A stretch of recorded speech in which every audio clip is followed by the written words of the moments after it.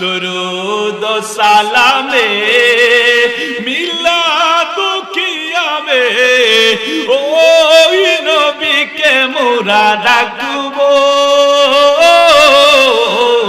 नबी नबी करे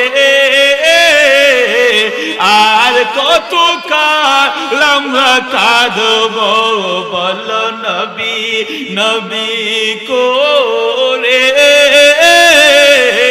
আর কত কাল আমরা কাঁদবো রব্বে করিম রব্বুল আলামিন বলেন ইন্নাল্লাহ নিশ্চয় আমি আল্লাহ সুবহানাহু ওয়া তাআলা ওয়া মালাইকাতাহু এবং আমার ফেরেশতাদেরকে নিয়ে ইউসাল্লুনা আলান নবী ওই নবীজির উপরে দুরূদ শরীফ পড়তেছি এবং পড়তে থাকব বলেন সুবহানাল্লাহ।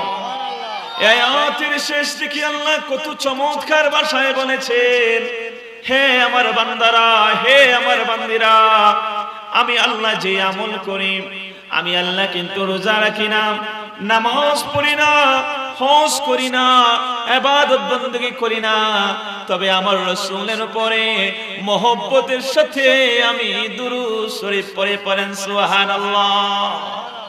আমার আল্লাহ বলেন আমি আল্লাহ সুবহানাহু ওয়া তাআলা যে আমল করি আমার রহমতের ফেরেশতারা যে আমল করে এই আমলটা আমার বান্দা বান্দিরা কারা করবে যারা আমার প্রিয় বান্দা যারা আমার প্রিয় বান্দি আমি আল্লাহ সুবহানাহু ওয়া তাআলার দুরূদ শরীফের আমল তারাই করবে পড়েন সুবহানাল্লাহ। এই আয়াতের শেষ দিকে মহান রব বলেন ইয়া আইয়ুহাল্লাযীনা আমানু সাল্লু আলাইহি ওয়া সাল্লিমু তাসলিমা।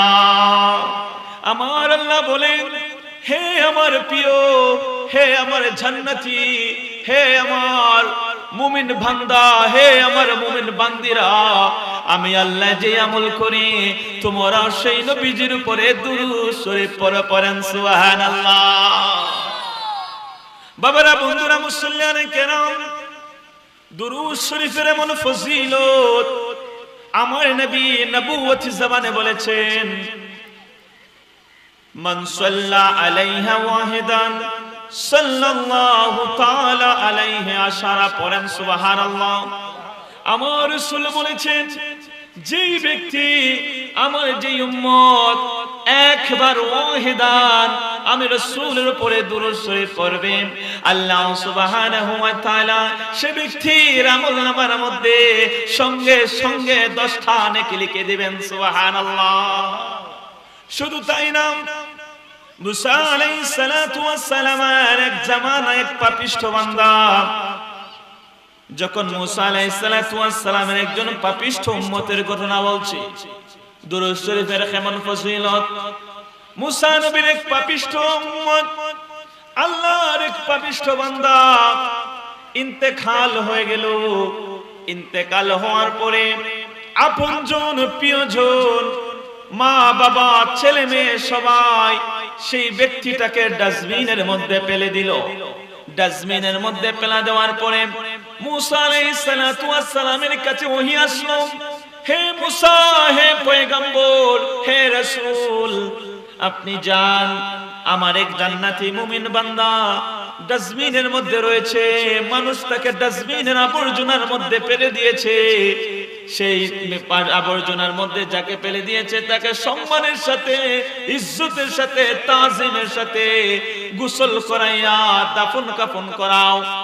মুসা আলাইহিস সালাতু ওয়াস সালাম সম্মানের সাথে ইজ্জতের সাথে তাজিমের সাথে দাফন কাফন কমপ্লিট করার পরে ওই ব্যক্তির সন্তানদের কাছে গেলেন স্ত্রীর কাছে গেলেন মা বাবার কাছে গেলেন যাওয়ার পর বললেন ও অমুকের মা অমুকের বাবা অমুকের স্ত্রী অমুকের ছেলে মেয়ে তোমরা কেন তোমার বাবাকে তোমার পিতাকে আবর্জনার মধ্যে ফেলে দিলা।